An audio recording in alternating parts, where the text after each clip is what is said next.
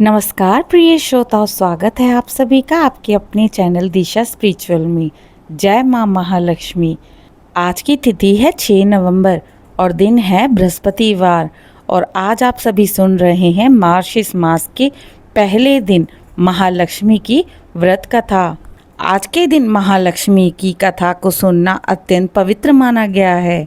गोधूली बेला होते ही महालक्ष्मी की कथा को सुनना अत्यंत शुभ माना गया है। आइए भक्तों, माँ लक्ष्मी का स्मरण करते हुए आज की कथा का आरंभ करते हैं। जय माँ लक्ष्मी। एक समय की बात है जब नारद मुनि भगवान विष्णु के धाम बैकुंठ लोक में पहुँचे।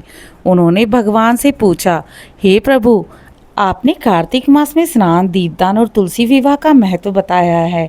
कृपया करके बताइए कि मार्गशीर्ष मास का महत्व क्या है। इस मास में कौन सी देवी की आराधना श्रेष्ठ मानी गई है। भगवान विष्णु ने मुस्कुराते हुए बोले, हे नारद, मार्गशीर्ष मास मेरा अत्यंत प्रिय महीना है। इस मास में जो भक्त श्रद्धा से माँ महालक्ष्मी की उपासना करता है, उसके घर में सदा धन धान्य, सौभाग्य और शांति का वास होता है। इस मास में भक्तनी ने मेरी आराधना करके महालक्ष्मी की आराधना कर अद्भुत वरदान पाया था। मैं तुम्हें वही कथा सुनाता हूँ। बहुत समय पहले की बात है, एक नगर में सुवर्णा नामक एक निर्धन स्त्री रहती थी। उसका पति बहुत आलसी था और घर में सदैव दरिद्रता छाई रहती थी। भोजन तक का ठिकाना नहीं था। एक दिन वह स्त्री नदी के किनारे पानी भरने गई। वहां उसने देखा कि कुछ स्त्रियां सुंदर वस्त्र धारण कर स्वर्ण कलशों में जल लेकर किसी देवी की पूजा कर रही हैं। उसने पूछा, बहनों, आप सब कौन सी देवी की पूजा कर रही हैं? स्त्रियों ने कहा, बहन, यह मार्गशीर्ष मास का पहला गुरुवार है। आज हम महालक्ष्मी माँ की पूजा कर रही हैं। जो स्त्री इस मास के चारों गुरुवार को श्रद्धा से माँ की आराधना करती हैं, उनके घर से दरिद्रता सदा के लिए दूर हो जाती है। सुवर्णा ने मन ही मन निश्चय कर लिया, अब मैं भी माँ महालक्ष्मी की उपासना करूंगी, चाहे जैसे भी कठिनाई क्यों ना आए। वह घर आई।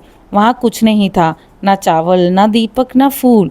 फिर भी उसने मिट्टी का दिया बनाया, थोड़ी सी मिट्टी से वेदी तैयार की और माँ महालक्ष्मी का स्मरण करते हुए कहा, माँ, मेरे पास तो कुछ नहीं है, बस मेरी एक सच्ची श्रद्धा है।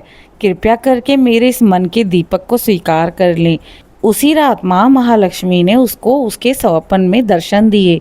उन्होंने कहा, बेटी सुवर्णा, तुम्हारी सच्ची भक्ति ने मुझे प्रसन्न कर दिया है। अब तुम मार्गशीर्ष के सभी गुरुवार में मेरा व्रत रखो, स्नान, दान, पाठ और दीपदान करो। तुम्हारा जीवन सुख समृद्धि से भर जाएगा। सुवर्णा ने उसी प्रकार चारों गुरुवार को व्रत रखा। धीरे धीरे उसका घर चमकने लगा। उसके पति को भी परिश्रम का फल मिलने लगा। घर में अन्न धन की वृद्धि होने लगी और लोग उसके सौभाग्य की प्रशंसा करने लगे।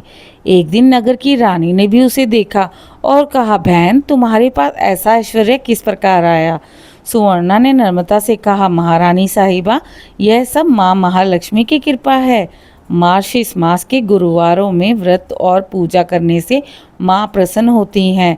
रानी ने भी यह व्रत आरंभ कर दिया और शीघ्र ही उनके राजमहल में सुख, शांति और धन से परिपूर्ण होने लगे।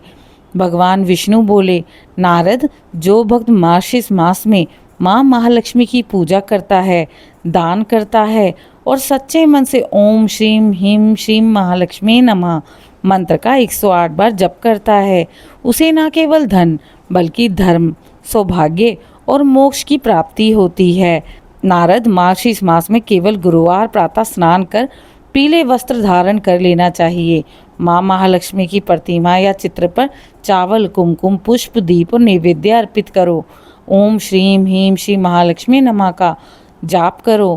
पीली वस्तुओं जैसे बेसन, हल्दी, वस्त्र, सोना और अन्न का दान करो। कथा का श्रवण अवश्य करो। फिर आरती करो और ब्राह्मण या कन्याओं को भोजन करा के अपने व्रत का पारण करो। धार्मिक ग्रंथों में मार्गशीर्ष मास को अत्यंत शुभ बताया गया है। स्वयं भगवान श्री कृष्ण ने भगवद गीता में भी कहा है, मासानम मार्गशीर्षा अहम, अर्थात मैं महीनों में मार्गशीर्ष हूँ।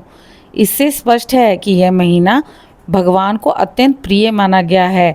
इस मास में जो भक्त श्रद्धा और भक्ति से माँ महालक्ष्मी की उपासना करता है, उसके जीवन में समृद्धि, सौभाग्य, धन और शांति का स्थायी निवास रहता है। माँ महालक्ष्मी को श्री कहा गया है, जो शुभता, ऐश्वर्य, सौंदर्य, धन और सुख की अधिष्ठात्री देवी हैं।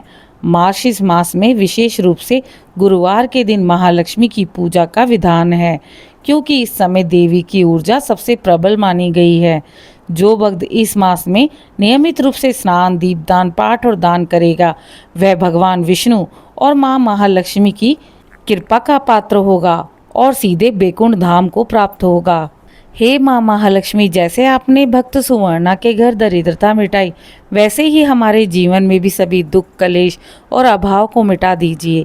हमेशा आपके चरणों में हमारा मन स्थिर रहे, इसका आशीर्वाद दीजिए। जय माँ महालक्ष्मी माता की जय। आशा करती हूँ कि आज की कथा आप सभी को पसंद आई होगी। इसी प्रकार की धार्मिक कथाओं को सुनने के लिए आपके अपने धार्मिक चैनल दिशा स्पिरिचुअल को लाइक, शेयर, सब्सक्राइब करें और अपना समर्थन देते रहें। कृपया अपने प्रियजनों से साझा करें ताकि वह भी हमारे साथ इस धार्मिक पथ पर जुड़ें और कथाओं का आनंद लें। कमेंट में जय माँ लक्ष्मी अवश्य लिखें।